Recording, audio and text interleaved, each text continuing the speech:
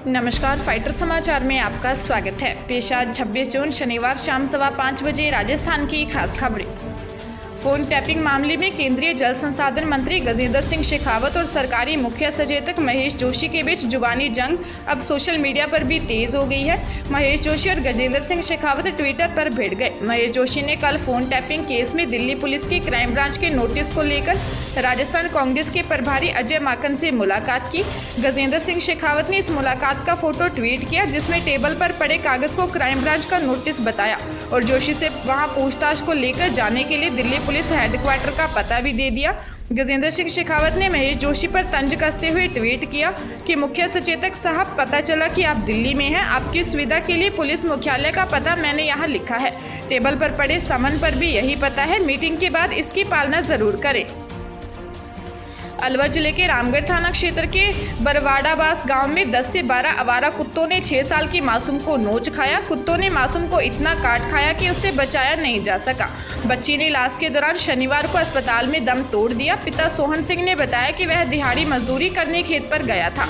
मेरी 6 साल की बेटी अमनदीप कौर खेत में मुझे पानी देने आ रही थी। इसी बीच रास्ते में 10 से 12 कुत्तों ने उस पर हमला कर दिया। कुत्तों ने इतना काटा कि मासूम के शरीर का कोई अंग ऐसा नहीं बचा था जहां से खून नहीं निकल रहा था। किसी पड़ोसी की निगाह पड़ी तो उसने उसे कुत्तों से छुड़ाया। बच्ची को अस्पताल में भर्ती करवाया, जहां इलाज के दौरान उसकी मौत हो गई। राजस्थान सरकार ने खाद की बिक्री में फर्जीवाड़ा रोकने के लिए बड़ा फैसला लिया है। जीएसएस केवीएसएस के माध्यम से होने वाले उर्वरक की बिक्री पीओएस मशीन के माध्यम से की जाएगी। इससे उनके स्टॉक की वास्तविक स्थिति से समय के आधार पर राज्य सरकार केंद्र सरकार को जानकारी मिलती रहेगी। विभाग के प्रमुख सचिव भास्कर ए सावंत ने बताया कि कई बार उर्वरक बेचा जाता है, लेकिन लेन देन पीओएस मशीन पर नहीं दिखाया जाता।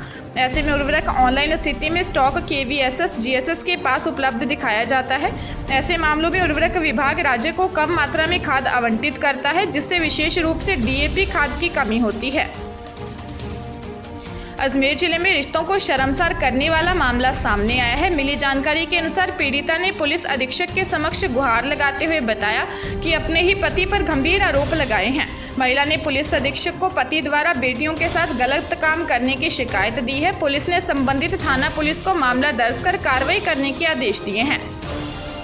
मानसून की गति धीमी पड़ने के बीच राजस्थान में बीते 24 घंटे में कई जगह हल्के से मध्यम तो 1-2 जगह भारी बारिश दर्ज की गई। हालांकि राज्य के कई हिस्से तेज गर्मी की चपेट में हैं, जहां सबसे अधिक तापमान फलौदी में 43 डिग्री सेल्सियस दर्ज किया गया। मौसम केंद्र जयपुर के अनुसार बीते 24 घंटे में राज्य में अनेक जगह मेघ गर्जन के साथ हल्की से मध्यम व भारी बारिश हुई है। इनके अनुसार आगामी 24 घंटे में अलवर, भरतपुर, बारां, दौसा, धौलपुर, झालावाड़, करौली, सवाईमाधोपुर, सीकर, भीलवाड़ा, टोंक, बीकानेर, चूरू, गंगानगर, हनुमानगढ़ जिलों में कहीं कहीं पर मेघ गर्जन वज्रपात के साथ अचानक 30 से 40 किलोमीटर प्रति घंटे की रफ्तार से तेज हवाएं चल सकती हैं। हालांकि 29 जून के बाद राज्य में बारिश की गतिविधियां धीमी रहेंगी।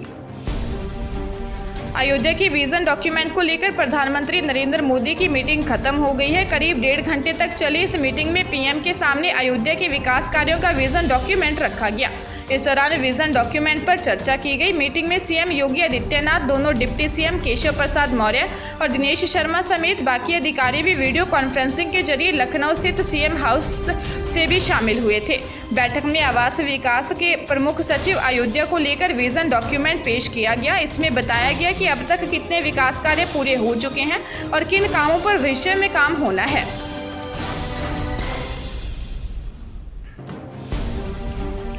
किसान नेता राकेश टिकैत ने जम्मू कश्मीर से आर्टिकल 370 हटाने के फैसले पर बड़ा बयान दिया है। उन्होंने कहा कि आम जनता को नुकसान हुआ है, क्योंकि 370 हटने के बाद उन्हें पैकेज भी नहीं मिल रहा है। टिकैत ने कहा, हमें लगा था कि 370 बड़ा मसला है जो सॉल्व हो गया। 370 हटा तो अच्छा लगा, लेकिन वहाँ के किसानों को, आम जनता को नुकसान हुआ है। हम वहाँ की जनता के साथ हैं। उन्होंने कहा, उन्हें जो पहले ट्रांसपोर्ट पैकेज मिलता था वो अभी भी मिलता रहे। उनका मकसद है कि पैकेज न हटे, पैकेज मिलता रहे, बिजली और ट्रांसपोर्ट पर सब्सिडी मिलती रहे। 370 रहे या न रहे, पैकेज के जरिए जो सुविधा मिल रही थी वो मिलती रहे। जो पैकेज सरकार देती थी वो जारी रहे। भारतीय सेना में भर्ती के लिए प्रदेश भर की रैली अजमेर की कायड़ विश्राम स्थली में आयोजित होगी। इसके लिए 11 जुलाई से 2 अगस्त तक का समय निर्धारित किया गया है। रैली में भाग लेने के लिए 14 मई से ऑनलाइन पंजीयन आरंभ किया गया था। अभ्यर्थी अपना पंजीयन 27 जून तक करवा सकते हैं। पंजीकरण करवाने के पश्चात अभ्यर्थियों को प्रवेश पत्र उनकी ईमेल पर भेजा जाएगा।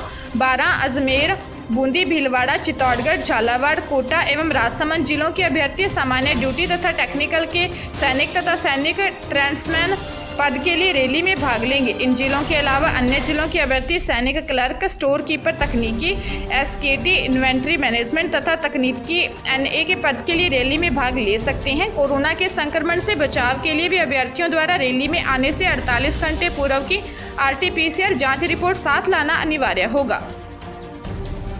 राजस्थान माध्यमिक शिक्षा बोर्ड के परिणाम जारी करने के कैलेंडर में बदलाव की तैयारी शुरू हो गई है। सुप्रीम कोर्ट के निर्देश के बाद बोर्ड को अब 7 दिन जल्दी यानी 31 जुलाई तक परिणाम जारी करना होगा। कोर्ट ने सभी बोर्डों को 31 जुलाई तक 12वीं का परिणाम जारी करने के निर्देश दिए हैं। बोर्ड को सरकार ने 23 जून को कहा था कि 45 दिन में परिणाम जारी किया जाए। इसके आधार पर उसे 7 अगस्त तक परिणाम जारी करना था। कोर्ट के निर्देश के बाद बोर्ड को अब 31 जुलाई तक 12वीं का परिणाम जारी करना होगा। 10वीं का परिणाम अगस्त के पहले सप्ताह में 7 अगस्त तक जारी किया जा सकता है। शिक्षा मंत्री गोविंद सिंह डोटासरा का कहना है कि कोर्ट के निर्देशों का अध्ययन कर तय समय सीमा में परिणाम जारी करवा दिया जाएगा।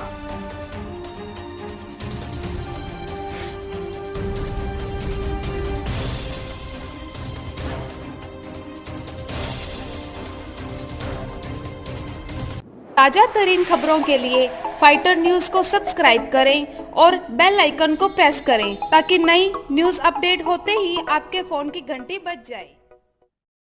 Once again